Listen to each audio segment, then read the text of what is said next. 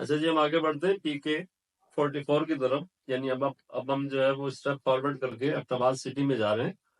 جو کہ NA17 کا حصہ ہے۔ NA17 جس طرح NA16 کے نیچے دو PK42 اور 43 آتی ہیں جو ہم نے ڈسکس کی، اس کے بعد NA17 کے نیچے PK44 اور PK45 آتی ہے۔ تو PK44 جو ہے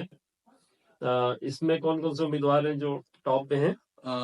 یہ PK44 میں جو ہے نا سرکل آپ کہہ سکتے ہیں حویلیاں اور جو شیروان کا ایک بڑا حصہ ہے یہ شامل ہے، اور یہاں سے جو ہے وہ اورنگزیب نلوٹھا ایک مشہور نام ہے پاکستان مسلم لیگ کی طرف سے، افتخار خان جدون جو ہیں وہ PTI کی طرف سے، PTI کے حمایت یافتہ ہیں، وہ الیکشن میں کانٹیسٹ کر رہے ہیں۔ اس کے علاوہ بستی شیر خان کی طرف سے سہیل شیر خان جو ہیں وہ میدان میں ہیں۔ اس کے علاوہ سردار گور زمان جو ہیں یہ تحریک صبح ہزارہ جو ہے اس کے کرتا دھرتا ہیں، انتخابی نشان ان کا ٹرک ہے، وہ یہ سردار اظہر زمان کے یہ بتیجے پوتے ہیں، جی بتیجے جی اچھا سردار گور زمان یہ میدانی منظر۔ اچھا، تو یہاں مطلب فیوریٹ امیدوار کس کو قرار دیا جا رہا ہے؟ اس میں اورنگزیب نلوٹھا صاحب جو ہیں اور افتخار خان جدون کے درمیان جو ہے وہ مقابلہ جو ہے وہ دیکھنے میں آ رہا ہے، لیکن ابھی جو ریسنٹلی آباد میں مریم نواز کا جلسہ ہوا ہے، مانسیرا میں جو نواز شریف صاحب کا جلسہ ہوا، اس کے بعد جو پولیٹیکل سچویشن ہے وہ تھوڑی سی تبدیل ہوتی نظر آ رہی ہے۔ ایسا لگ رہا ہے کہ اورنگزیب نلوٹھا صاحب جو ہے نا وہ قدرے بہتر جو ہے نا وہ اس پوزیشن میں ہیں۔ کچھ حلقے یہ کہہ رہے ہیں کہ اگر PTI کی طرف سے افتخار خان جدون کی جگہ نثار صفدر جو ہیں ایک بہت بڑا نام ہے، اگر وہ میدان میں اتارے جاتے تو شاید مقابلہ جو ہے ون سائڈڈ ہوتا، لیکن ابھی تک کی جو دستیاب معلومات ہے اس کے مطابق جو ہے وہ اورنگزیب نلوٹھا صاحب جو ہے نا وہ بہتر حالت میں ہیں، لیکن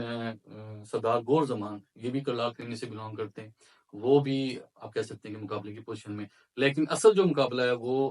سردار اورنگزیب نلوٹھا صاحب اور افتخار خان جدون جو ہے ان کے درمیان دیکھا۔ آپ نے کہا کہ مریم نواز کے کل کے جلسے کے بعد ان کی پوزیشن مزید، ویسے سردار اورنگزیب نلوٹھا جو ہیں ان کو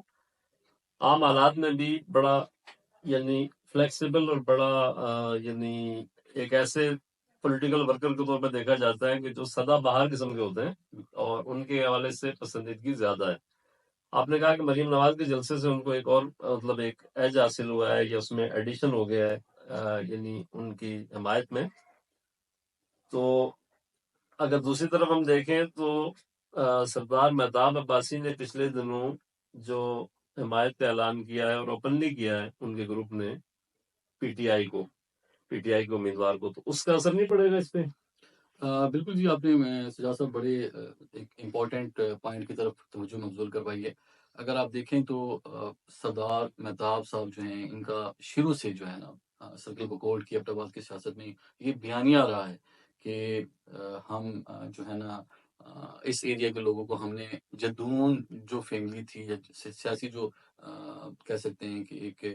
ایک آئیکن تھا، ان کے چنگل سے ہم نے نجات دلائی ہے۔ یہ بیانیہ عموماً آپ نے دیکھا ہوگا ہر دوسرے مسلم لیگ نون کے ورکرز کے منہ سے جو ہے نا بیان ہوتا تھا کہ سردار مہتاب جو ہے نا اس نے چونکہ جدون جو ہیں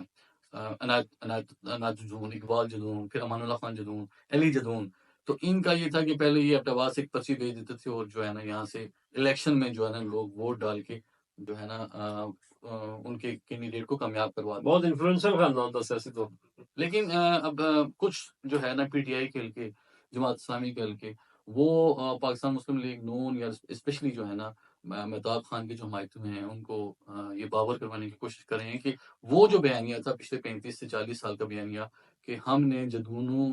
کے چنگل سے جو ہے نا اپنے ایریا کے لوگوں کو نجات دلائی ہے، اب وہی حرف تنقید، اب کہہ سکتے ہیں تنقید کا نشانہ بن رہے ہیں کہ انہوں نے کہا ہے کہ آپ وہی سردار مہتاب جو ہیں وہ امان اللہ خان جدون کے گھر پہنچے ہیں، انہوں نے علی جدون کی جو ہے نا حمایت کا اعلان کیا ہے۔ اب اس کے حوالے سے سیاسی حلقے تو یہ کہہ رہے ہیں کہ یہ آپ کہہ سکتے ہیں کہ آگ اور پانی کا ملاپ ہوا ہے۔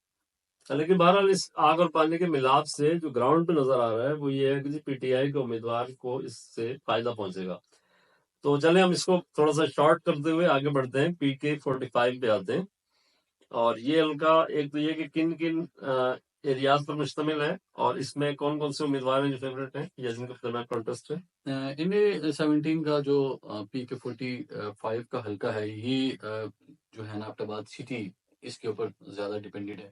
اس دفعہ جو حلقے بنائے گئے ہیں بڑے عجیب و غریب حلقے ہیں۔ حلقہ NA-17 جو ہے نا، یہ مکمل طور پہ آپ کہہ سکتے ہیں کہ شہری حصے پہ جو ہے نا وہ مخصوص ہے، اور NA-16 جو ہے نا اس کو سارے کا سارا جو ہے نا بوئی دلولہ سے لے کر آپ حویلیاں تک لے جائیں، وہ سارا پہاڑی بیلٹ کے اوپر جو ہے نا مشتمل ہے۔ بہرحال یہ یہاں پہ جو ہے PK-45 میں مشتاق غنی جو ہیں، جو سابقہ اسپیکر ہیں PTI کی طرف سے، وہ کینڈیڈیٹ ہیں۔ ان کے مقابلے میں جو ہے نا ارشد اعوان صاحب جو ہیں، یہ ان کے ساتھ مقابلہ کر رہے ہیں۔ اور یہ میرا خیال ہے جو دوسرے عوان محبت عوان صاحب قومی اسمبلی میں نون لیگ کے قریبی ان کے قریبی رشتہ دار رشتہ دار بتائے جاتے ہیں۔ یہاں پہ جو سنیریو ہے وہ یہ ہے کہ جس طرح آپ نے ابھی ذکر کیا کہ سردار متعاب صاحب نے جو ہے وہ علی خان جدون کی حمایت کا اعلان کیا، تو اس کے جو صاف امپیکٹ جو ہے نا وہ PK-45 کی جو سیاست ہے اس پہ بڑا گہرا اثر پڑ رہا ہے۔ وہ یہ ہے کہ آپ دیکھیں کہ جو کہ ایک بڑا ووٹ بینک ہے سردار متعاب صاحب کا سٹی کے ایریا میں، چونکہ وہ سابقہ گورنر رہے ہیں، اس کے علاوہ وہ وزیر اعلیٰ وزیر اعلیٰ رہے کئی اس بار وجہ سے انہوں نے وزیر کافی سارے جو منصوبے جو ایبٹ آباد سٹی میں کیے ہیں، ان کا ایک آپ کہہ سکتے ہیں بڑا ووٹ بینک ہے۔ وہ سارا ووٹ بینک جو ہے وہ PTI کے آپ کہہ سکتے ہیں کہ مشتاق غنی اور علی خان جدون کے حصے میں جا رہے ہیں۔ اس وجہ سے ارشد اعوان کے مقابلے میں مشتاق غنی جو ہیں وہ فیورٹ سمجھے جا رہے ہیں۔ اور اوور آل ایسا جو ہے نا وہ دیکھنے میں آ رہا ہے کہ NA-17 میں جو ہے وہ علی خان جدون PTI کے اور مشتاق غنی جو ہے نا وہ واضح ایکسری سے جی جائیں۔ لیکن یہ ہے کہ دوسری طرف اگر ہم دیکھیں مشتاق غنی کو ایک جو ڈس ایڈوانٹیج ہے جو ہمیں نظر آیا ہے، وہ بالکل 11th آور پہ اس مہم میں داخل ہوئے۔ میرا خیال ہے ان کو کیس ویس بھی چل رہے تھے اور وہ ملک سے باہر تھے، اور یہ اطلاعات آ رہی تھی جو آج آ رہے ہیں کل آ رہے ہیں، لیکن وہ الیکشن کیمپین انہوں نے خاصی تاخیر سے شروع کی ہے۔ تو بہرحال دیکھتے ہیں آگے چل کے کیا ہوتا ہے۔ تو یعنی اس میں سمجھ میں یہ آتا ہے کہ PK جو NA-16 ہے اس کے نیچے جو 2 حلقے آتے ہیں ان میں زیادہ پلڑا بھاری ہمیں نظر آ رہا ہے نون لیگ کے کینڈیڈیٹس کا بائی اینڈ لارج اگر ہم بات کریں، اور NA-17 کی اگر بات کی جائے تو وہاں نسبتاً PTI کے حمایت یافتہ امیدوار جو ہیں وہ زیادہ بہتر پوزیشن میں نظر آ رہے ہیں۔ آپ PK-45 کی تو بات کر سکتے ہیں، لیکن جو حویلیوں کا PK-44 ہے وہاں پہ ایسا لگ رہا ہے کہ ابھی تک کے جو دستیاب معلومات ہیں یا جو گراؤنڈ ریئلٹیز ہیں اس کے مطابق اورنگزیب نلوٹھا نون لیگ کے ان کی پوزیشن بہتر ہے۔ بہت شکریہ۔ تو آج کے لیے اتنا ہی، انشاءاللہ ہم اگلے پروگرام میں کسی اور حلقے پہ گفتگو کریں گے۔ Thank you.